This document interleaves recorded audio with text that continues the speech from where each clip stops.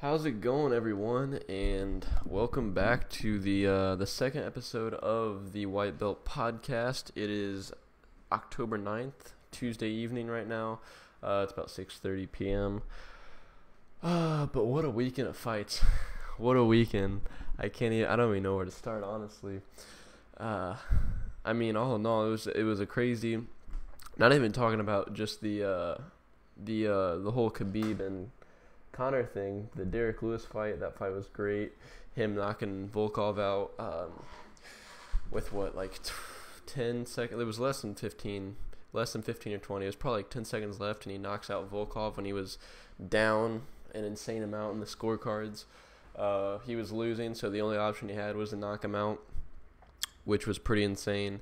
He got that done, and actually, hold on. I forgot, I just saw something that Derek Lewis and Daniel Cormier will be the main event for Madison Square Garden on November 3rd at UFC 230.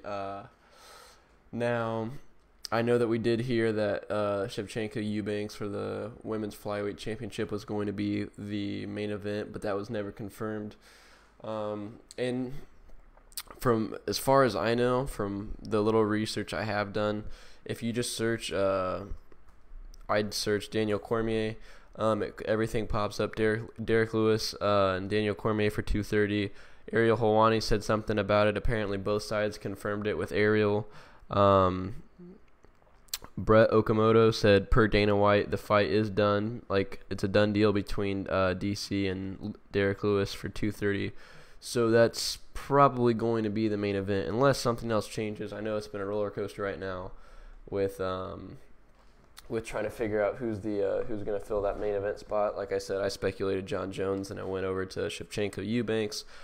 But now I think we're getting a solid confirmation that this could be DC versus Derek Lewis.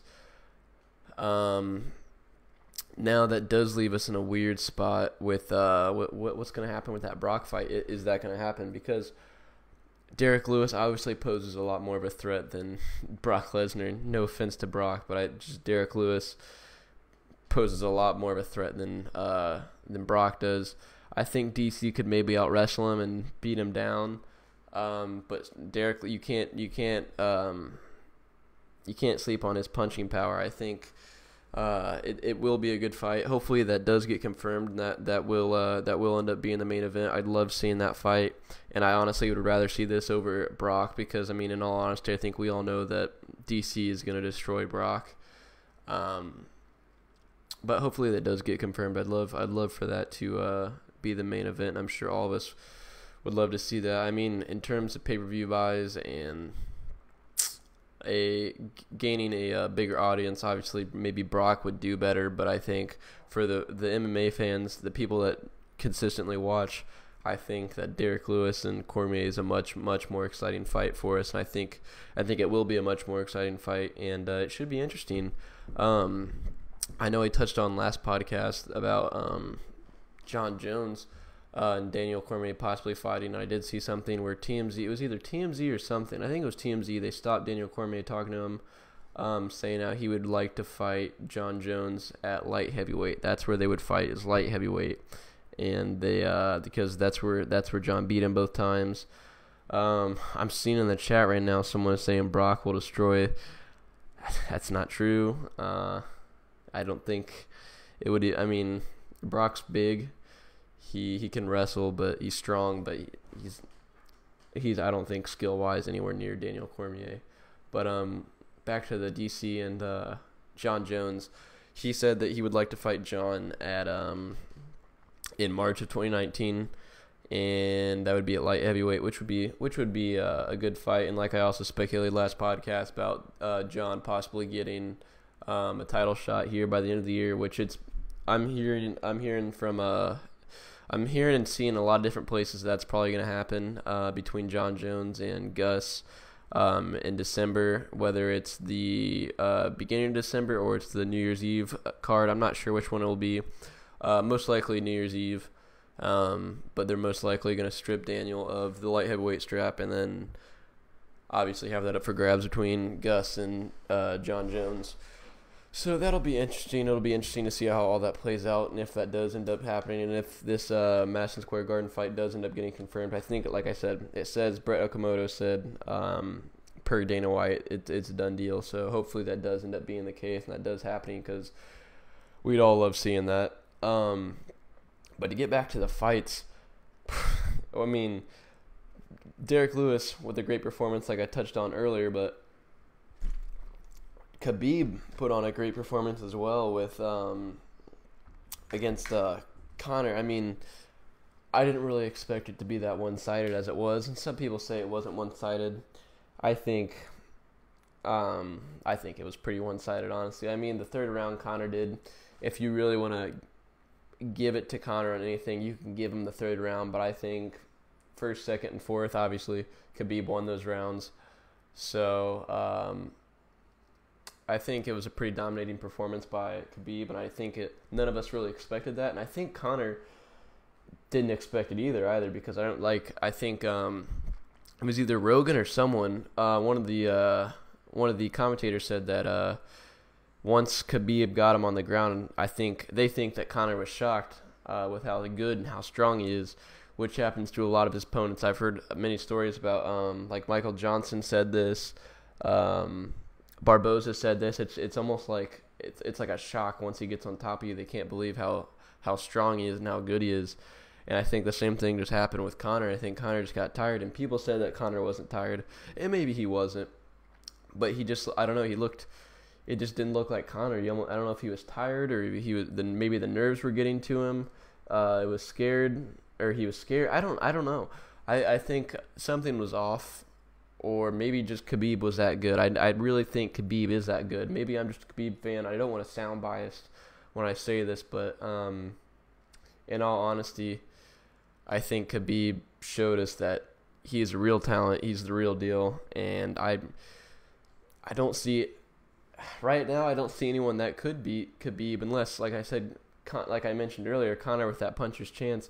But Conor didn't even look like Khabib was out. I mean, I'm not 100% sure on this. I haven't looked at the stats, but it looked like Khabib was outstriking Conor. Maybe Conor landed more strikes. He had more strikes landed, but in terms of significant strikes, Khabib definitely beat him in that category. And the second round, that overhand right that knocked Conor on his butt was insane. I don't think any of us expected that to happen. Out of everyone that Conor has fought, between Jose Aldo, Max Holloway, Eddie Alvarez, Khabib was the first person to knock him down, which is pretty insane.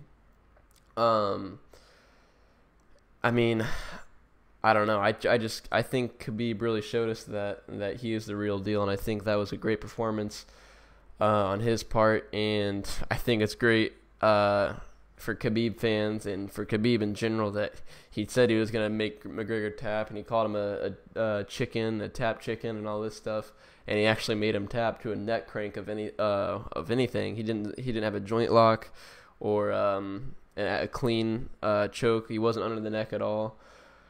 But I think I don't know. I think that I believe that if Khabib got Conor in any type of joint like Kimura, he had a Kimura. It looks like he had a Kimura for a second there in the fight in either the second round, I believe, or I think it was either the second or I don't know. It was either the second or the first. I'm not sure, but he had him in a Kimura, and it looked like it was pretty tight. But I think Khabib just let go, and I think if Khabib actually would have gotten a joint lock like that, I know that Khabib's all about respect and discipline and all this stuff, but I believe just the anger and everything that's built up and how personal this fight was and everything about it, I think Khabib honestly would have ripped his arm up. I think Conor would have left there very with a really messed up arm or whatever if he got in some type of joint lock. So I think Conor's lucky there. Now, I could be wrong. I don't know if he would actually do that, but it looked like when he had him in that neck crank, he wasn't going to let go right away. It looked like Herb Dean had to pull him off. But I don't know. I think that just goes with all the emotions and everything that led up to it and all the build-up and how personal everything was. So, I mean, congrats to Khabib, and then the post-fight brawl and everything. I think that it was just a few seconds of anger, and with how personal everything was and how mad he was. I think that anger took over, and it took over and tarnished the night for Khabib. It really ruined the moment for him, something he's worked for so long. And he finally gets there. He beats Conor. He does what he says he was gonna do, and then he just ruins the moment because he jumps out of the cage and let someone trash talk. Dylan Dennis was apparently saying some, according to some of the commentators, that or they said that Dylan Dennis was saying some nasty things to him. And I think Khabib seems like he's a pretty mentally tough person, and I feel like he's very disciplined. And I just think he was so filled with those emotions and the anger already, and I think that just kind of set him over the edge. And I think that anger took over, and it took control of him, and I think that's what led to what happened. And I mean, props to the security that was out there.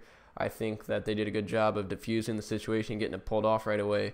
But then you see the brawl that happened within the octagon, and what many people don't realize is that brawl that happened within the octagon was initiated by Conor. Because if you look back at the videos, you can see Khabib hops over, he jumps at Dylan, that they get pulled apart, and that whole ordeal happens. And then Conor starts trying to climb over the cage, and they pull him down. And as Conor is climbing over, one of Khabib's, I forget who it was, I don't know exactly who it was, but one of his cornermen or one of his friends was climbing up. It might have been his brother, but I could be wrong. Was climbing up on the cage as well, and Conor saw him and just punched him right there. Whoever that was did nothing to get punched, but I can understand the moment and everything. He got punched in the face, and then they pulled him down or whatever, and then that's when the two guys came in and started swinging at Conor. So I do know that one of the guy in the red shirt that started swinging on Conor is I don't know his name exactly. I'm gonna look it up. It's Zubaria or Zubaria Tuhugov. He's a UFC fighter. He's a featherweight. So, and Dana did mention that if there were any of the fighters or UFC fighters or any of those guys were on the UFC roster, that they probably wouldn't be fighting again. So that's probably not good for him. But I don't know. We'll see what happens. And in terms of punishments and everything that's going to happen with Khabib, I'm not exactly sure what's going to happen. Obviously, Dana said that it's going to be more up to the Athletic Commission, Nevada State Athletic Commission, than it would be him.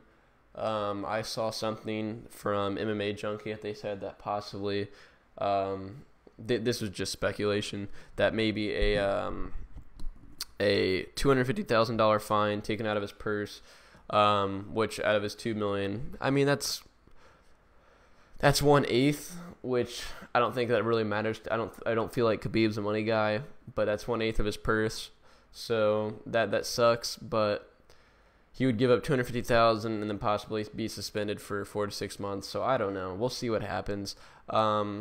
Ideally, I don't want to see Khabib get suspended for too long because I don't want him to get stripped. I would love to see him fight again.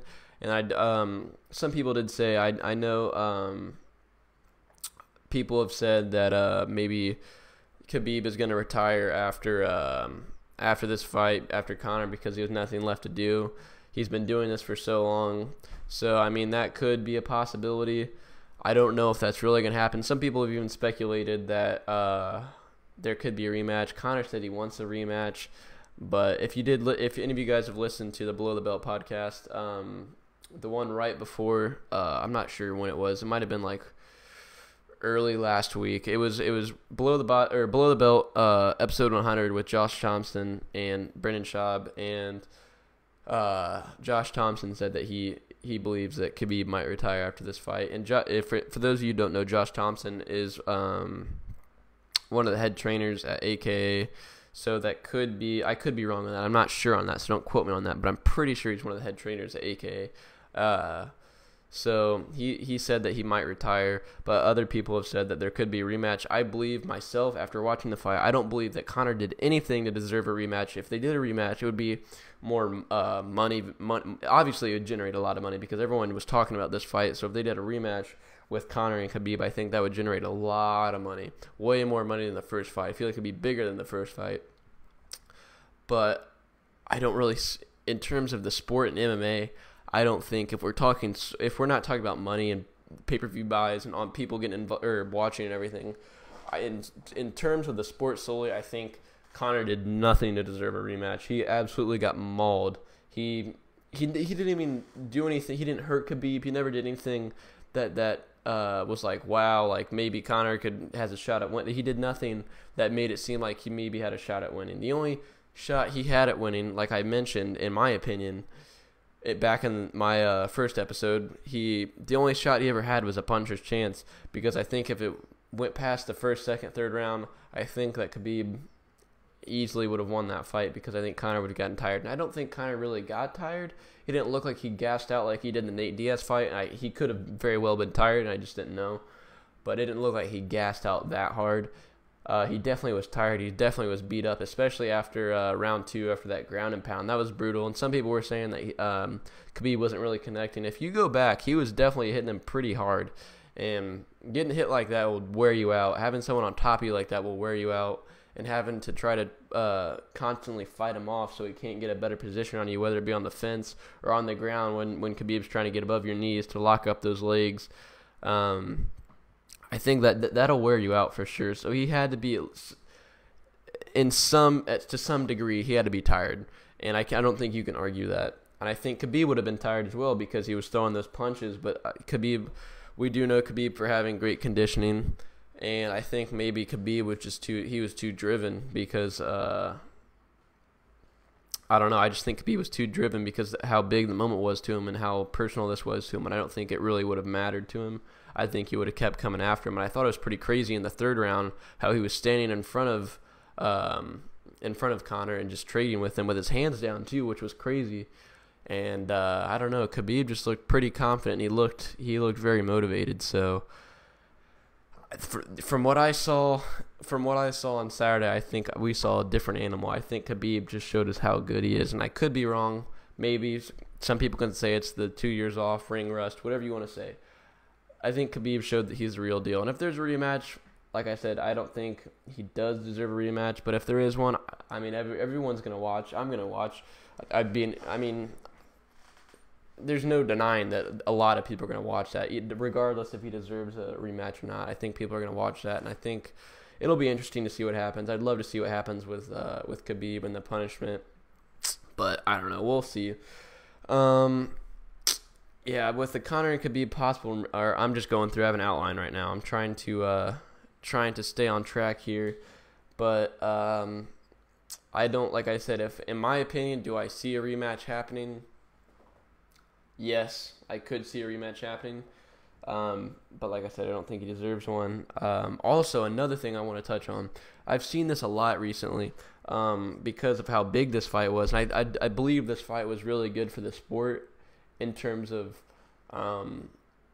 getting viewers and getting people involved in the sport and watching. But I think where the issue is when you have these people that come in and cover the sport and watch it. And now at the new ESPN deal, I did see it was either Monday or it was Monday. It was either Sunday or Monday. I saw there was ESPN. They were talking about it was Stephen A. Smith, Jalen Rose, and someone else. And forgive me, I don't know who the third person was, but it was someone else. And I was listening to them talk about it, and I've seen this from other media sources that have just gotten into the fight just because how big it was, that really don't normally cover fighting, or people that don't normally cover fighting were into it. And where I have an issue with a lot of this is people, and no disrespect to Jalen Rose, Stephen A. Smith, because I know Stephen A. Smith, I know he does follow fighting to an extent, but I think that, and Jalen Rose, no disrespect to Jalen Rose, but I think when I was listening to them talk, and it sounded to me, I don't know, just the way they were talking and the way they were talking about the fight and the terminology and everything they were using, and the things they're saying, and the not just on ESPN. I'm not just pointing out on ESPN, but in general other news and media sites talking about this fight that normally don't cover fights or anything. You're getting very biased, one-sided. People were picking sides, saying oh, he's to blame, he was wrong, or whatever. Or not even just that, just talking about the fight in general. I think for such a big fight like this, so many people listen in and they'll listen to these sources. And if you hear these people or these big sources talk about the fight that don't normally cover MMA, a lot of these people get misinformed. And I've talked to plenty of people, whether it be at some of my classes, like in school, like I mentioned, I'm in college. So some of my classes, I've talked to people. At work, I've talked to people.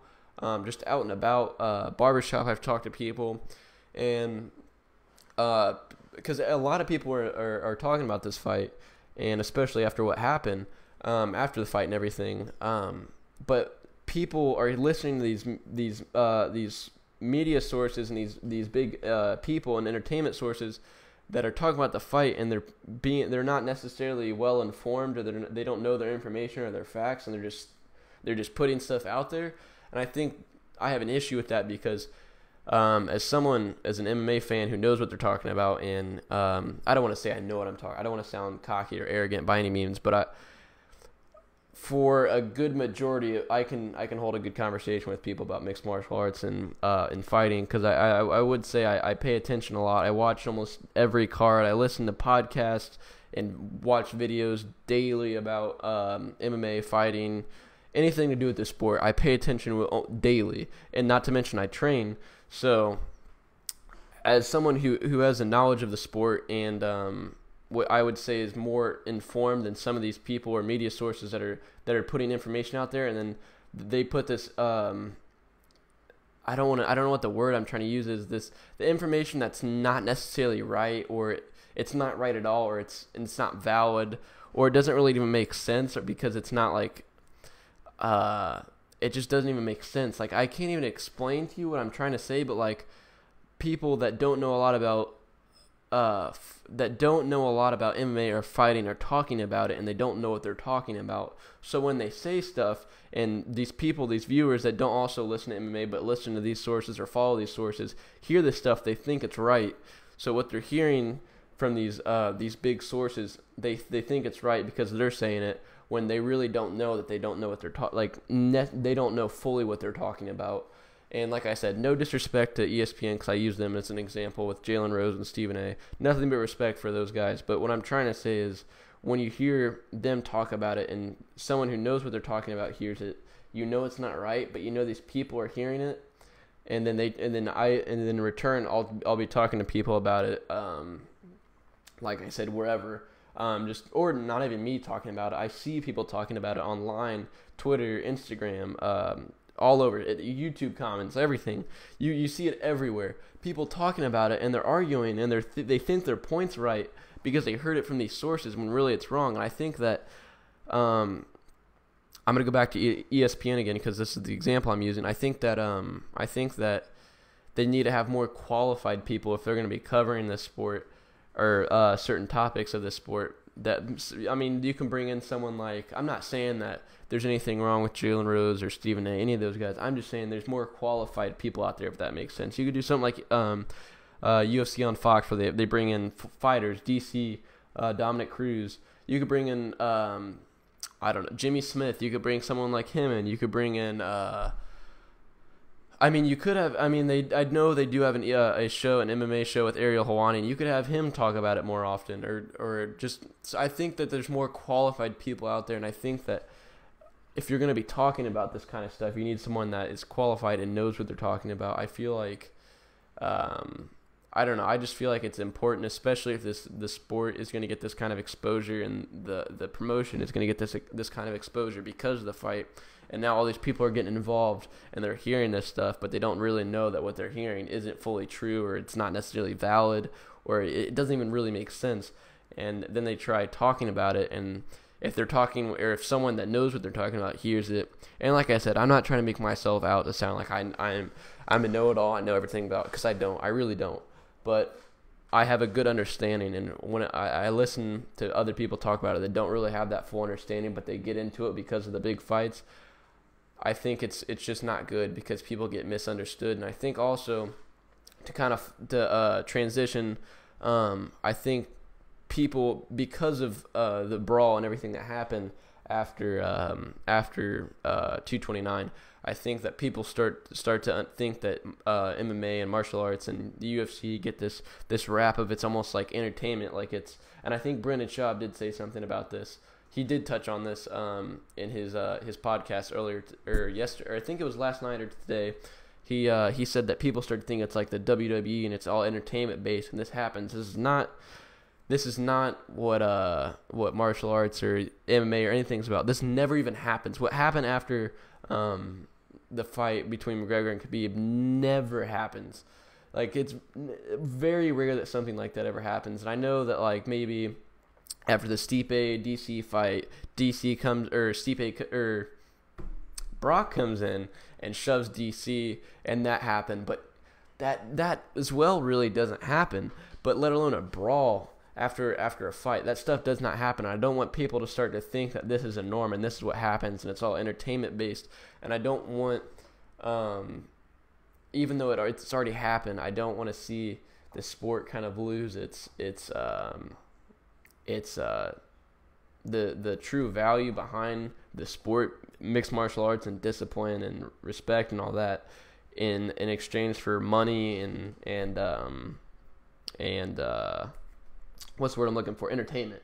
Because I think I don't know who said this. I've heard Joey Diaz say this, but I think we're all organizations and everything start to crumble and fall is when greed and money start to take over. And I think that's where things start to crumble and fall is when money and greed take over. That's when things start to fall through. And I don't want that to happen with MMA and the UFC. And I'm not saying that's going to happen, but I'm saying I don't want people looking in that don't normally watch the sport but tune in for stuff like this. I don't want them to think that this is all what happens and it's all about money and entertainment. And I don't know. I think I'm just rambling honestly about this, and I think I don't know. I'm just really passionate about this kind of this sport and the subject and everything. So I can go on and on about it, but I just I don't know. I don't want people to get the idea that that's what the sport is and that's what happens.